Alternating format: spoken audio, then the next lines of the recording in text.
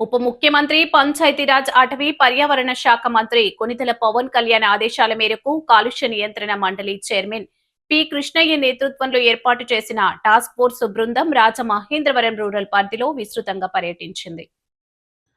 ఈ సందర్భంగా కలెక్టర్ కీర్తి చేకూరి నగరపాలక సంస్థ కమిషనర్ రాహుల్ మీనాలతో కలిసి కాతేరు, ధవళేశ్వరం ప్రాంతాల్లో మురుగునీరు గోదావరి నదిలో కలుస్తున్న ప్రదేశాలను క్షేత్రస్థాయిలో పరిశీలించారు. రాబోయే గోదావరి పుష్కరాల నాటికి గోదావరి నదీ జలాలను పూర్తి స్థాయిలో కాలుష్య రహితంగా తీర్చిదిద్దేందుకు రాష్ట్ర ప్రభుత్వం కార్యాచరణను వేగవంతం చేసినట్లు ఆంధ్రప్రదేశ్ కాలుష్య నియంత్రణ మండలి చైర్మన్ పి కృష్ణయ్య తెలిపారు. గోదావరి పరిరక్షణ, పుష్కరాల సన్నాహక కార్యక్రమాలపై నిర్వహించిన సమీక్షలో ఇచ్చిన ఆదేశాల మేరకు కాలుష్య నియంత్రణ మండలి విస్తృత స్థాయిలో కార్యాచరణ ప్రణాళికను సిద్ధం చేస్తుందన్నారు. ఇందులో భాగంగా గోదావరిలోకి మురుగునీరు చేరుతున్న ప్రాంతాలను గుర్తించి శాశ్వత పరిష్కారాల కోసం అవసరమైన మౌలిక వస్తువుల ఏర్పాటుపై సమగ్ర ప్రతిపాదనలు రూపొందిస్తున్నట్లు తెలిపారు.